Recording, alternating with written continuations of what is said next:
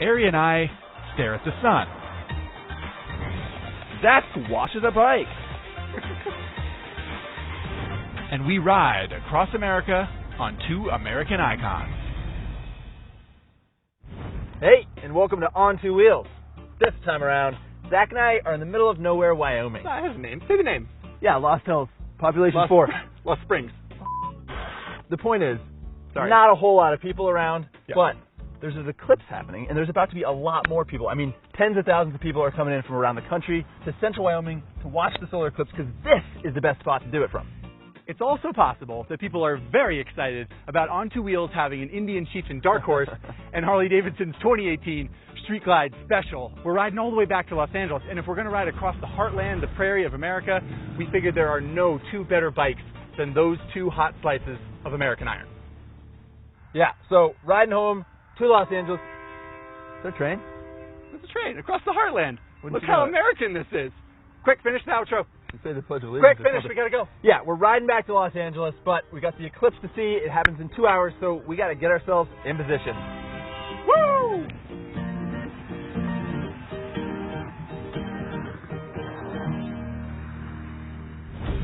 It really didn't take long for Wyoming to start looking like the Los Angeles we'd left behind. Stargazers had gathered from across the country and around the world, and like a couple of suckers, we gathered in right behind them. Downtown Casper's popping off.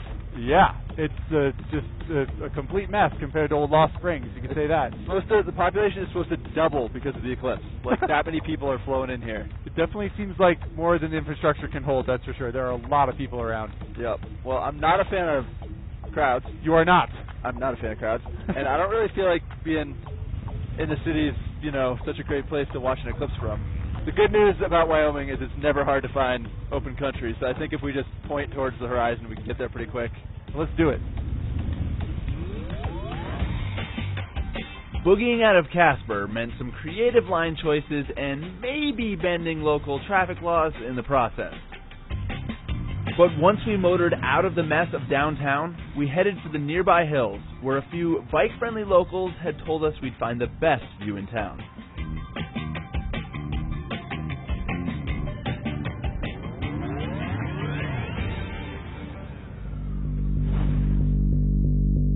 Okay, so we just found ourselves a parking spot on the side of the road with all these other people, kind of like being at the beach. Light's starting to get a little weird. It's getting a little dark. Very weird. We've got our sweet solar shades so we can stare directly at the sun. Of course, Can't actually see anything. And in a few minutes here, we're going to be cloaked in total darkness. We think. We don't really know what it's going to be like. But it's like the whole point. It's kind of cool. Everyone in the continental U.S. would get a view of the moon covering part of the sun, but only those places on the path of totality would experience a full solar eclipse. Another interesting thing about the sun getting blotted out is it's getting a lot cooler. We've been here for like 20 minutes and the temperature has dropped about 10 degrees. The Indians got a readout and it just keeps going down. Almost a total eclipse now. So we got some welder's glass at a hardware store a couple days ago. We're going to take you to On Two Wheels view and see what we're seeing. There's just the tiniest little sliver left. Really amazing experience to be able to see that. Oh my God, look at that. Whoa. That is incredible. Woo-hoo-hoo! Wow. It's like a sunset in every direction. I can't imagine that there's anyone out there that didn't know that the solar eclipse was happening, but if they didn't, they must be freaking out real hard right now. I mean, it's super trippy.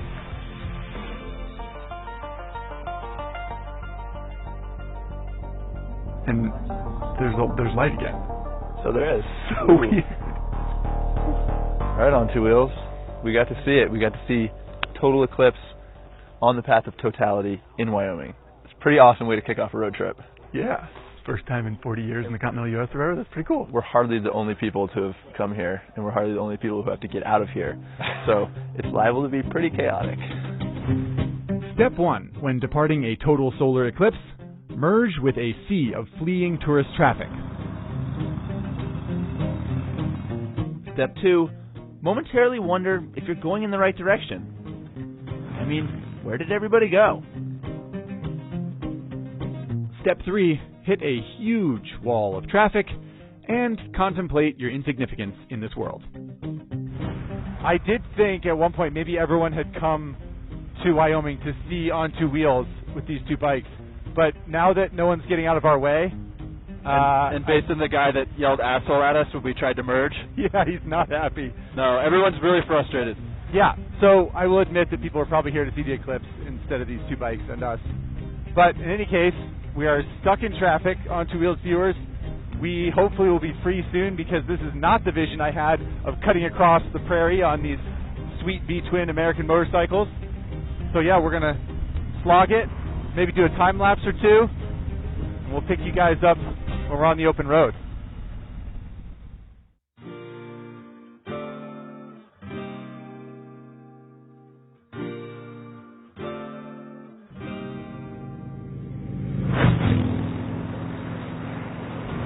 A little bit of a late start to the day on account of the late arrival at the hotel last night, but we are back on the road, and we're in some remarkably different landscape. I mean, this is a totally different environment. Yeah, we went over a continental divide last night, and I have to say, this morning, very different landscape, very deserty right away.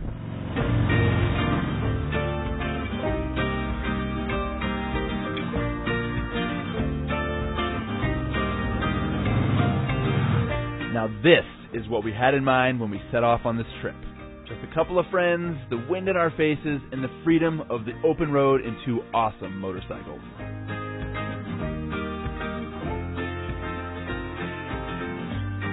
After putting the bikes through their paces on the highway, we beelined for the mountains and some twisty roads, casually ignoring the storm clouds on the horizon.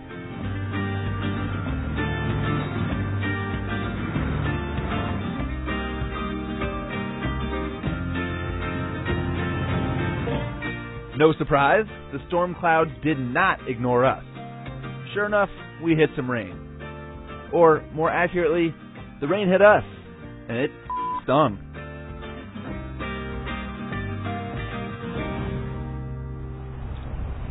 What's a road trip without a little rain? Yeah, it's kind of ironic because the only thing that we're wearing that's waterproof is our pants. Yeah, not super smart. Like, how often do you see waterproof jeans? We've got 2 pair of them. Nothing else is waterproof. No waterproof boots, no waterproof jacket, no waterproof faces. Which raindrops at like 60 miles an hour turns out Remarkably painful. very painful. We're hoping to find some roadside attraction that'll let us kick back a little bit, and I think that's the promised land behind me. No more rain. Fingers crossed. Ari and I stare at the sun. That washes a bike. And we ride across America on two American icons. Hey, and welcome to On Two Wheels. This time around, Zach and I are in the middle of nowhere, Wyoming. That has a name. Say the name. Yeah, Lost Hills. Population 4. Lost Springs. The point is, Sorry. not a whole lot of people around, Yeah. but there's an eclipse happening, and there's about to be a lot more people. I mean, tens of thousands of people are coming in from around the country to central Wyoming to watch the solar eclipse, because this is the best spot to do it from. It's also possible that people are very excited about On Two Wheels having an Indian Chieftain Dark Horse and Harley-Davidson's 2018 Street Glide Special. We're riding all the way back to Los Angeles, and if we're going to ride across the heartland, the prairie of America, we figured there are no two better bikes than those two hot slices of American iron. Yeah, so riding home to Los Angeles. Is there a train? It's a train across the heartland. Wouldn't Look you how know it? American this is. Quick, finish the outro. You say the Pledge of Allegiance. Quick, finish. We gotta go. Yeah, we're riding back to Los Angeles. Never-ending problem. These bad Melbergs are filthy from our road trip. Yeah, 1,200 miles of road, grime, and mud. You can't even see the gleam and glisten on that metal flake paint, man. It's a shame. Truth. I will say the Dark Horse arguably looks better. It does. It looks pretty masculine with a little grime on it. But the point is, if we're going to go stunting on the strip in Vegas tonight, we need these things to look crispy fresh. Let's set them up.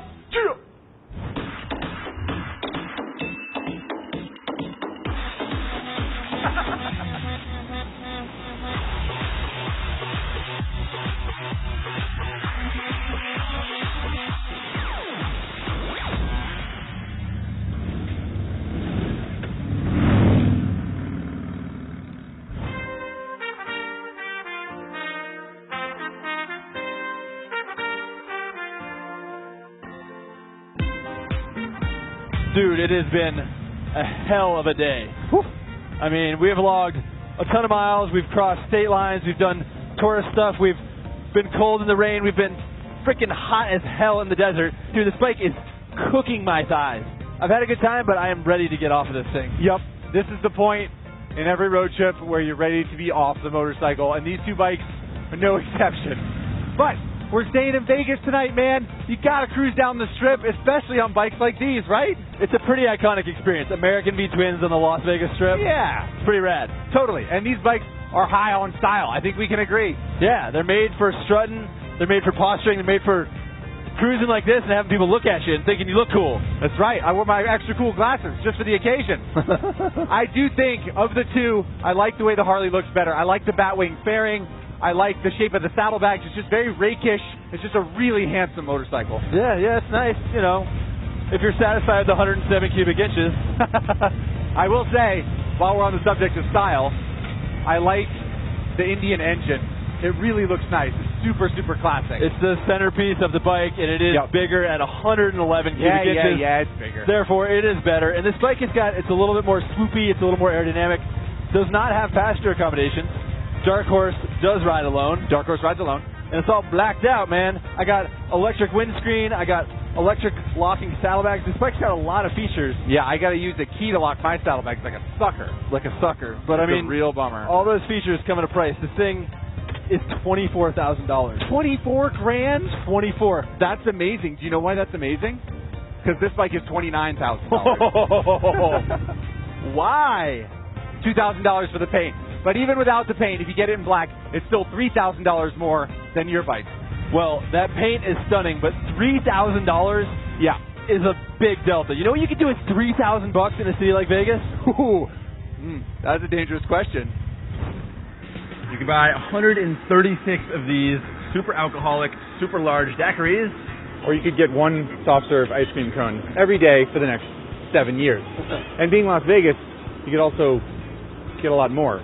You know what I mean? But it's a family show, so we're going to keep it clean. I think that's safe. Yeah, it is Las Vegas. City never sleeps.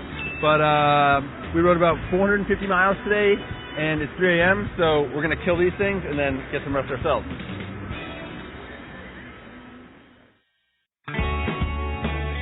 Nobody likes the trip from Vegas to Los Angeles. It's famous for being boring, dry, and littered with broken dreams. But this last stretch of open road did give us the time to reflect on the bikes, the journey, and the relationship between the two. Here's the thing. We could have ridden bikes that were more comfortable. They could have been cheaper. And they probably would have been lighter.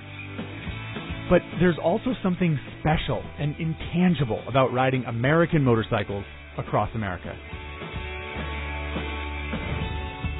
It's like eating sushi in Tokyo, driving a Ferrari in Tuscany, or being polite in Canada. Crossing the Wild West on any other bikes just would not have been the same.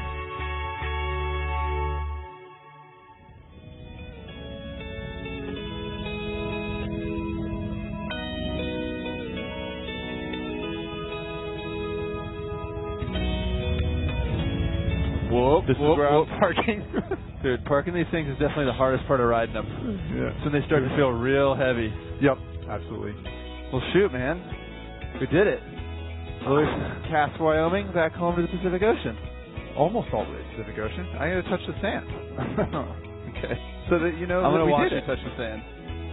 Here I go. There you go. Now you know you did it. Yeah. That was a excellent road trip. I agree, my friend. Same time next eclipse, whenever that is. Yeah. Well, I'll see you in a decade. Yeah. You'll also see me tomorrow. Yeah, it's true. See you at the office. Yeah.